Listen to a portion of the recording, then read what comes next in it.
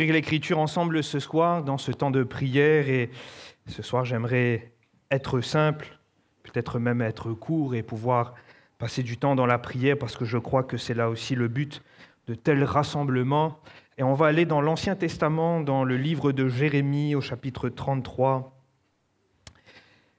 On va lire les 9 premiers versets.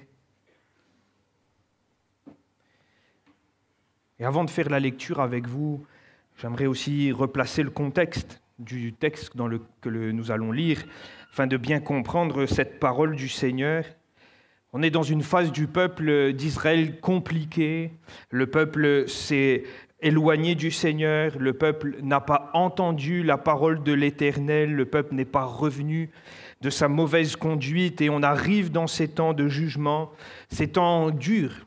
On a l'impression que le Seigneur est dur, il est sévère, mais le Seigneur, il est juste. Il avait prévenu, annoncé, il a pendant de nombreuses années fait grâce au peuple, mais arrive ce moment où le peuple passe sous le coup du jugement, et c'est les nations qui sont autour, qui viennent les juger, qui viennent finalement les attaquer, et ils vont perdre devant ces nations. Il y a tout le royaume du Nord, donc les 10 tribus, qui perdent premièrement leur territoire.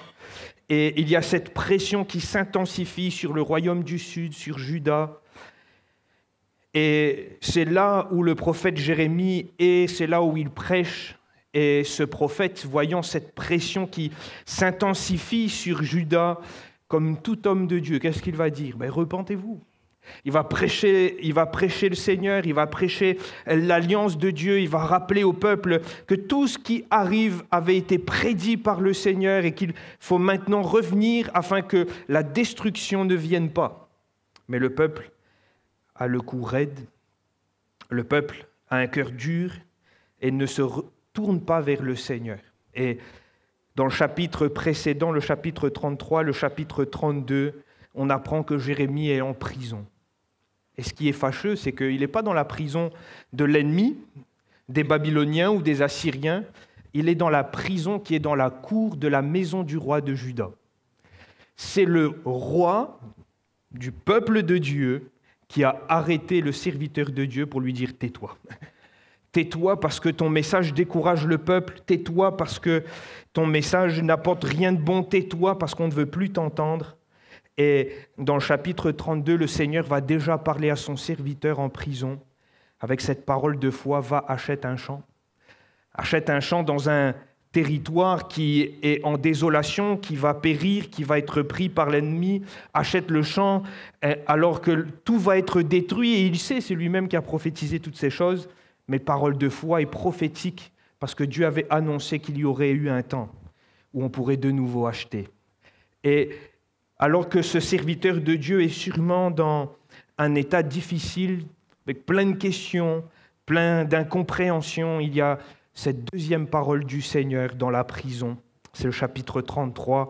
Et nous allons faire la lecture des 9 premiers versets pour comprendre ce que le Seigneur va dire à son serviteur.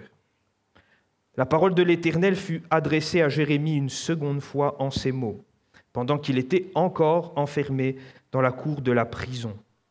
Ainsi parle l'Éternel qui fait ces choses, l'Éternel qui les conçoit et les exécute, lui dont le nom est l'Éternel.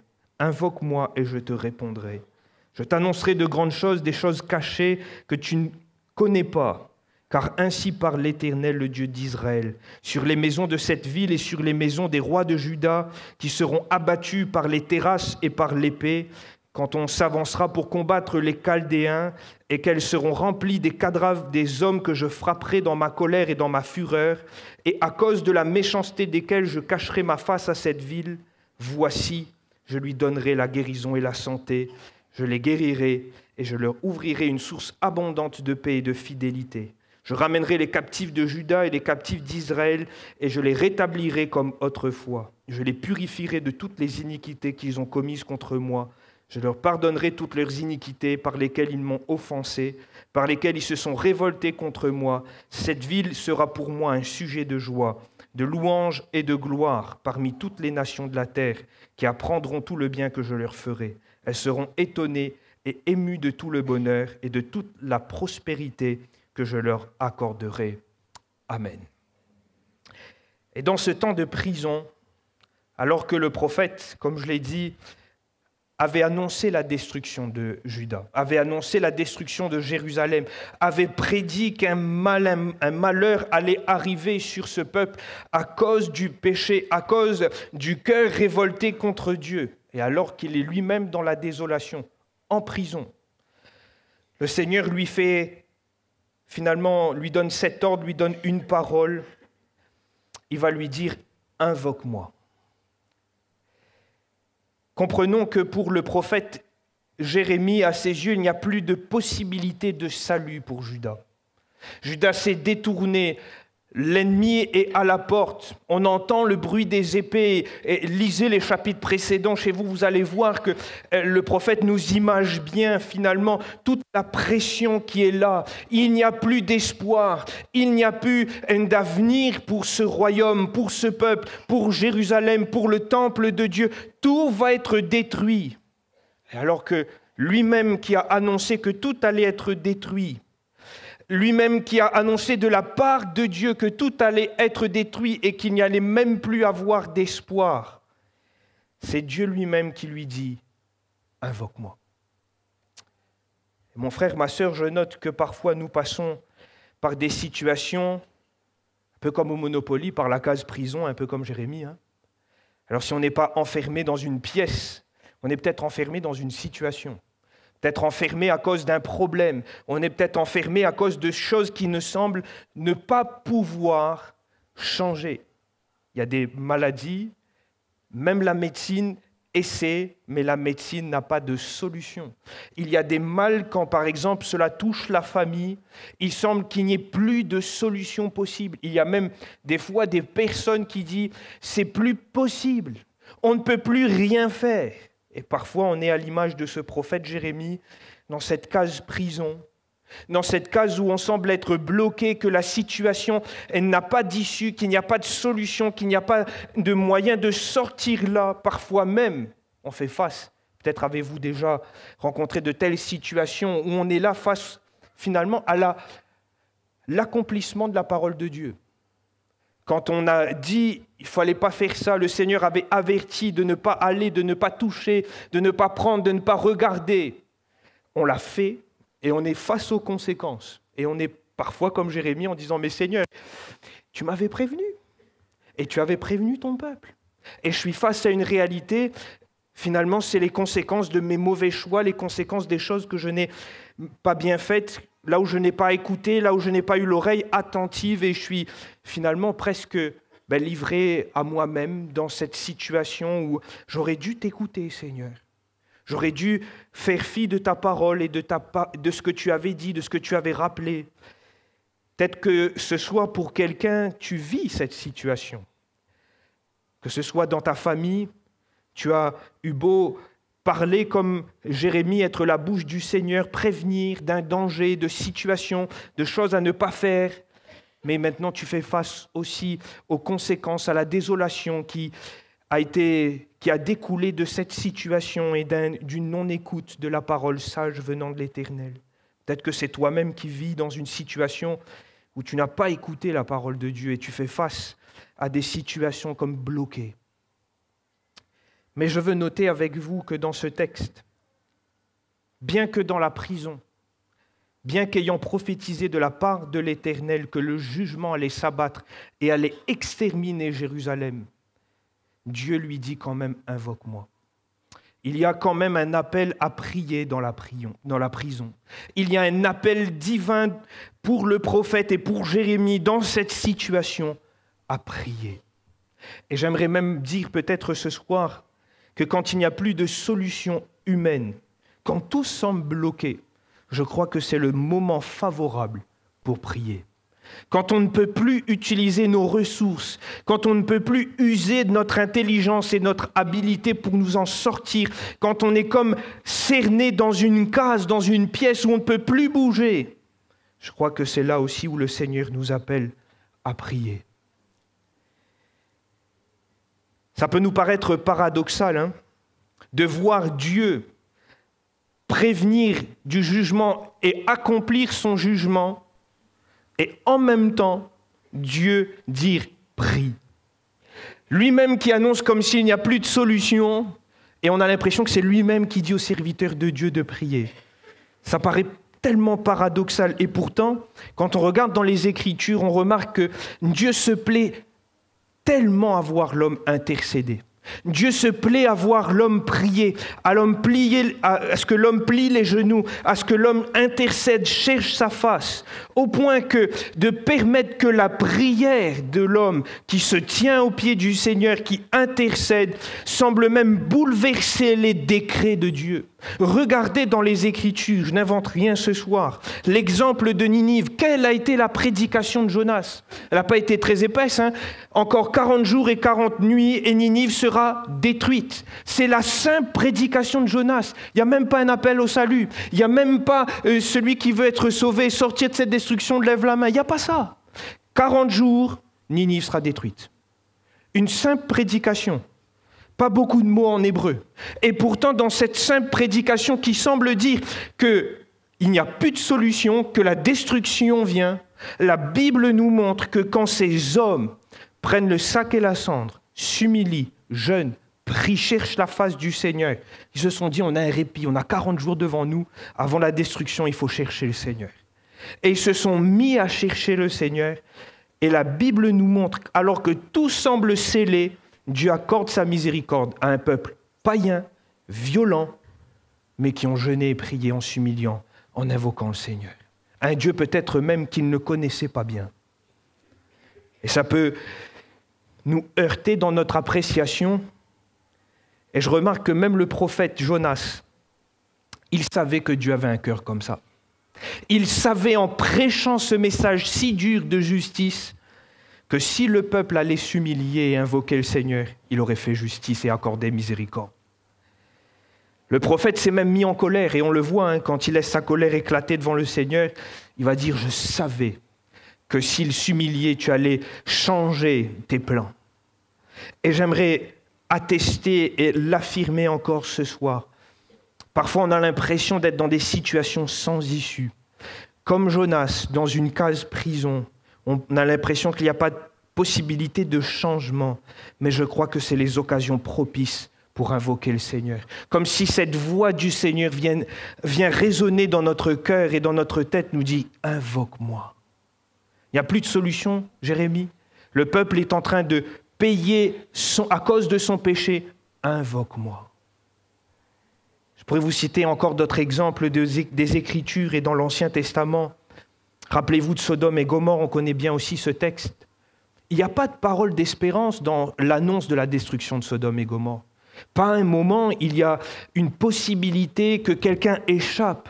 Non, le péché de Sodome et Gomorrhe est monté jusqu'à l'Éternel et Dieu a pris la décision de détruire ces villes.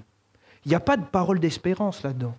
Mais pourtant, comme si dans le cœur d'Abraham résonne cette réalité, je vais invoquer le Seigneur, je vais intercéder, la situation peut encore changer.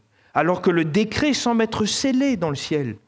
Mais Abraham se tient auprès du Seigneur, intercède jusqu'au bout. Et la Bible nous dit que oui, Sodome et Gomorrhe vont être détruites, mais il sauve sa famille.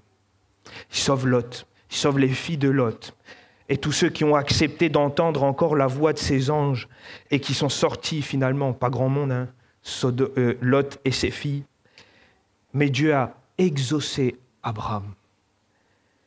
J'aimerais aussi y ajouter cet autre exemple.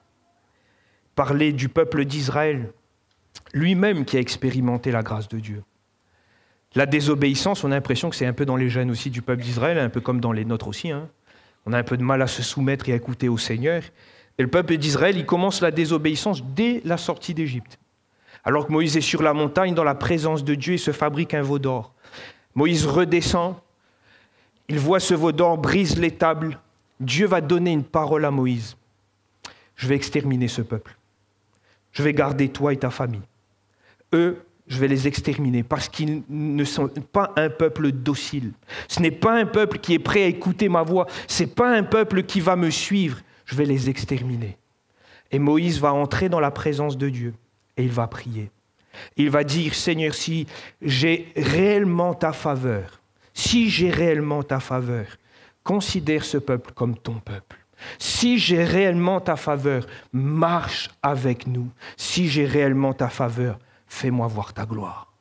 Et la Bible nous montre, et j'aime bien, c'est ce qu'on a partagé hier avec les gens de la cellule de Bellevue, l'apôtre Paul reprend cette image de la providence de Dieu, finalement comme la réponse de Dieu à la prière de Moïse. La nuée n'a jamais manqué pendant 40 ans. La manne et l'écaille n'ont jamais manqué. Et le Seigneur était toujours présent. Ce rocher, l'apôtre Paul va dire, les suivait. Incroyable. Simplement parce qu'un homme, face à un décret qui semblait scellé, Dieu avait pris une décision. Ce peuple n'est pas capable de se soumettre. Je vais les exterminer. Un homme s'est tenu au pied du Seigneur et a cherché à ce que le Seigneur change la situation. Frère, ma sœur, j'aimerais le dire ce soir, même quand on a l'impression d'être dans de telles situations comme Jérémie, dans la désolation, face à une famille brisée, face aux conséquences du péché, face à des réalités qui sont tellement dramatiques, face parfois même à ce, comme si Dieu a tourné le dos à une situation. Moi, je le crois, le Seigneur cherche encore un homme avec un grand H qui plie les genoux et qui l'invoque. Comme dans cette situation, entend encore ce soir la voix de l'Éternel résonner et te dire « Invoque-moi, invoque-moi ». Dans cette période de désolation, invoque-moi. Il n'y a plus de solution, invoque-moi. J'aimerais ajouter cela, s'il y a cet appel à prier, j'aimerais même dire un peu plus loin, il y a un appel plutôt à continuer de prier. Parce que Jérémie a toujours été cet intercesseur pour le peuple. Depuis le début et face à un peuple qui est là totalement loin de l'Éternel et qui n'a pas les oreilles attentives à ses voix et à sa parole, Jérémie est cet homme qui prie pour le peuple. Mais dans la prison, plutôt qu'abandonner et de baisser les bras, la parole de l'Éternel arrive à Jérémie en lui disant « Prie encore ». Prie encore, Jérémie. Prie encore, intercède encore pour ce peuple. Invoque-moi encore. Et encore un peu de foi dans cette situation. Ça semble si désastreux, ça semble si compliqué. Mais invoque-moi encore. Et j'aime bien même la façon dont l'Éternel se présente à Jérémie. Il va dire, mais c'est moi qui m'occupe de ces choses-là. C'est moi qui fais venir ces choses-là. Et ces choses, c'est moi l'Éternel qui les fait, qui les conçoit, qui les exécute. Et il va même ajouter cela, et cette parole n'est pas en vain, et a un sens précis pour Jérémie. Je suis celui dont le nom est l'Éternel. Et cela fait référence, cette formulation, au Dieu d'alliance, à cette révélation du Dieu de l'alliance. C'est comme cela que le Seigneur se révèle quand il parle de l'alliance à Ésaïe, à Jérémie, à Moïse. Je suis l'Éternel, celui dont le nom est Yahvé, littéralement, le tétragramme. Et ce que Dieu est en train de révéler à Jérémie, c'est moi qui fais ces choses. C'est moi qui les conçois, qui les exécute. Je suis l'Éternel, le Dieu d'alliance. Et j'aimerais le dire, Dieu est en train de révéler à Jérémie que malgré tout ce qui se passe, je suis le Dieu d'alliance, celui qui est fidèle à son alliance, celui qui est fidèle à ce qu'il a dit. Et même un peu plus loin dans ce même texte, Dieu va dire à Jérémie, si vous pouvez rompre mon alliance avec le jour et mon alliance avec la nuit, en sorte que le jour et la nuit ne soient plus en leur temps, alors aussi mon alliance sera rompue. En d'autres termes, il va dire, si vous ne pouvez pas changer le cours des astres, si vous n'êtes pas capable de faire arrêter le soleil ou la lune, si vous n'êtes pas capable d'avoir une action sur la nature, eh bien, vous ne serez pas capable non plus de rompre mon alliance. Et l'alliance que moi, j'ai instituée envers mon peuple, mon alliance n'est pas moins immuable que les lois de la nature. La fidélité du Seigneur n'est pas moins immuable que les lois même de la nature, que le soleil qui se lève et que la lune qui se lève le soir également. Et Dieu est en train de rappeler à son serviteur, je suis le Dieu fidèle à l'alliance. J'ai fait alliance avec ce peuple. J'ai fait alliance avec Abraham. J'ai fait alliance avec David. J'ai dit à David qu'un descendant ne manquerait pas sur le trône. Et je serai fidèle à l'alliance que j'ai conclue avec mon peuple. Et de la même façon, mon frère, ma sœur, Dieu, notre Dieu, est le Dieu fidèle à sa parole. Quand le Seigneur a dit « Crois au Seigneur Jésus et tu seras sauvé, toi et ta famille », il est le Dieu fidèle à sa parole. On n'arrive pas à comprendre comment ça va s'accomplir, cette parole-là. Hein.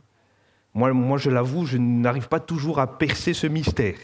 Mais Dieu est le Dieu d'alliance, est le Dieu fidèle. Ce qu'il dit, il l'accomplit. Alors même quand on est face à des circonstances difficiles, même quand on est face à des situations qui nous semblent sans solution, même quand on est comme dans la prison, comme Jérémie, il y a cette parole qui résonne. Invoque-moi. Invoque-moi. Il y a un appel à prier. Il y a un appel à persévérer dans la prière. Il y a un appel à chercher Dieu. Et peut-être quelqu'un ce soir a besoin de revenir à ces temps de recherche du Seigneur. Peut-être quelqu'un a besoin dans une situation qui est compliquée de revenir, de chercher Dieu. De revenir dans la prière et dans la persévérance dans la prière jusqu'à ce que le Seigneur ait agi. Jusqu'à ce que le Seigneur soit intervenu. C'est ce qu'Abraham a fait, jusqu'à ce que le Seigneur a dit « c'est bon ». C'est ce que Jacob a fait « je ne te lâcherai pas que tu m'aies béni ». C'est ce que ce peuple de Ninivites, païens, ont fait. Tant que la destruction n'arrivait pas, ils ont supplié le Seigneur. Et la Bible nous montre que le Seigneur va entendre et que le Seigneur va faire grâce. Alléluia. Je voudrais aller plus loin et ajouter que s'il y a un appel à prier, à persévérer dans la prière, à chercher Dieu, il y a aussi un appel à attendre. Un appel à attendre. Attendre quelque chose de précis, c'est attendre la réponse de Dieu. Remarquez avec moi, le texte ne s'arrête pas à « invoque-moi ». Et c'est peut-être là toute la force de ce texte. Le texte, c'est « invoque-moi et je te répondrai ». Je t'annoncerai de grandes choses, des choses cachées que tu ne connais pas. Voilà la parole que Dieu donne à son serviteur dans la prison. Tout semble noir, tout semble compliqué. Le tableau, mettez-vous à la place de Jérémie, il est dans la prison, dans la cour du palais, l'ennemi à la porte. Il ne peut rien faire. Il ne peut même plus prêcher, il ne peut même pas se sauver, il ne peut même pas éviter ce qui arrive. Non, tout est noir. Et Dieu lui dit, invoque-moi et je te répondrai. Je vais t'annoncer de grandes choses, des choses cachées que tu ne connais pas. Et mon frère, ma sœur, je crois qu'il y a aussi un appel pour nous, dans nos situations semblables à celle de Jérémie, à attendre la réponse de Dieu. Pas simplement à venir dans la présence de Dieu, à déverser nos cœurs, nos plaintes, nos incompréhensions, nos questions, mais à s'attendre à ce que le Seigneur réponde. J'ai remarqué dans la vie chrétienne et même dans ma vie personnelle, parfois on débite beaucoup de paroles, mais on s'attend peu à ce que le Seigneur réponde. On vient dans la prière avec tellement de sujets, mais on ne s'attend pas à recevoir une parole du Seigneur. On arrive, on a l'impression que c'est comme si on vient remplir les sujets de prière devant le Seigneur, on déverse tout dans le trône de la grâce, et quand le sac est bien dévidé, on dit « Seigneur, non, trouve tout à l'heure ». Et on traverse, on passe à autre chose, on fait nos activités, mais on ne s'intéresse pas toujours. On n'est pas dans cette attente à ce que le Seigneur réponde. Et je crois que le Seigneur, dans ce texte et dans ces situations semblables à ces prisons où tout semble noir, où rien ne semble pouvoir se changer, pouvoir être bon, pouvoir se résoudre, je crois que dans ces situations, il y a une parole du Seigneur précise. C'est de l'invoquer, de persévérer, mais de s'attendre à ce qu'il réponde. C'est de chercher et de nous attendre à entendre sa voix. Frère, ma sœur, t'attends-tu encore à la réponse du Seigneur dans ta situation? T'attends-tu toujours à ce que le Seigneur vienne te parler? Pas toujours agir, mais te parler. Que le Seigneur vienne t'encourager. Remarquez avec moi que dans le Nouveau Testament, on a ces deux exemples, celui de Jésus d'abord, qui est dans le jardin de Gethsémanée, et sa prière, c'est que cette coupe s'éloigne de moi. La coupe ne s'éloigne pas de lui, on est d'accord, mais la Bible nous dit qu'il y a quand même une réponse. Dieu va envoyer un ange pour le réconforter. Et dans ce temps de prière, Jésus s'attendait à la réponse du Père. Et le Père a envoyé un ange pour le fortifier. Je prends un autre exemple du Nouveau Testament. S'il y a Jésus, il y a aussi cet exemple de l'apôtre Paul, qui prie afin que sa maladie, cette écharpe dans la chair, s'en aille. Il persévère, 3 fois il a prié, il nous dit. Croyez-moi que c'était sûrement pas 3 fois dit Seigneur guéris-moi, sûrement 3 temps forts d'intercession à chercher le Seigneur, parce que c'était un homme de prière, c'était un homme qui avait vu des miracles, donc sûrement des temps d'intercession, de recherche, jusqu'à ce que son oreille entende. Ma grâce te suffit. Ah, l'écharde est toujours là. La main de l'Éternel n'a pas agi avec puissance, mais l'oreille de son serviteur a entendu la voix du Maître. Et cette parole est suffisante pour l'apôtre Paul. De la même façon, mon frère, ma sœur, j'aimerais dire qu'il y a cet engagement du Seigneur dans ces temps difficiles, dans ces temps où on semble encerclé, fermé, il n'y a plus de situation. Il y a cet engagement du Seigneur à dire « Invoque-moi et je vais te répondre. Attends ma réponse. Je vais te répondre. Je t'assure que je vais te donner une réponse. » Frère, ma sœur, nous avons besoin encore d'apprendre cette patience et avoir cette oreille toujours sensible, ce cœur toujours ouvert et prompt à écouter et à entendre la voix du Maître. Je note que s'il y a une attente de la réponse de Dieu, il y a aussi une attente de la foi. Parce que ce que Dieu demande à son serviteur, c'est d'invoquer. Il s'engage à répondre en disant « Je vais te répondre, mais je vais t'annoncer de grandes choses. » Et dans le cœur de Jérémie, finalement, doit germer cette foi de s'attendre à voir de grandes choses. Et quand on regarde le texte, je n'ai pas fait toute la lecture, mais il y a une promesse de santé et de guérison. Je guérirai, j'enverrai la paix. Il y a une promesse de libération, je ramènerai les captifs. Il y a une promesse de pardon, je pardonnerai leurs iniquités. Et j'aimerais dire ce soir que ce que le Seigneur attend de nous dans ces moments, dans ces temps difficiles, alors que nous cherchons sa face, alors que nous l'invoquons, il y a cet appel à prier, il y a cet appel à attendre la réponse de Dieu, mais il y a aussi cet appel à la foi, de nous attendre à voir de grandes choses, de nous attendre à voir le Seigneur agir comme nous n'avons jamais vu. Et c'est ce que Dieu dit à Jérémie, je vais te montrer des choses que tu n'as jamais vues, que tu ne connais pas. Et le prophète, il n'avait jamais considéré que Dieu allait ramener les captifs du peuple de Juda à Jérusalem. Il n'avait pas considéré qu'il y allait une alliance qui allait être plus excellente, qui allait arriver en Jésus. Il n'avait pas considéré qu'il y a quelque chose de plus glorieux qui attendait. Il était peut-être dans cette perception, mais ce temple qui a été détruit n'aura jamais la même gloire. Mais Dieu était en train de préparer quelque chose. Dieu avait déjà des projets pour Israël. Dieu avait déjà vu quelque chose de plus grand. Et Dieu demande à son serviteur, attends dans la foi et attends-toi de voir de grandes choses.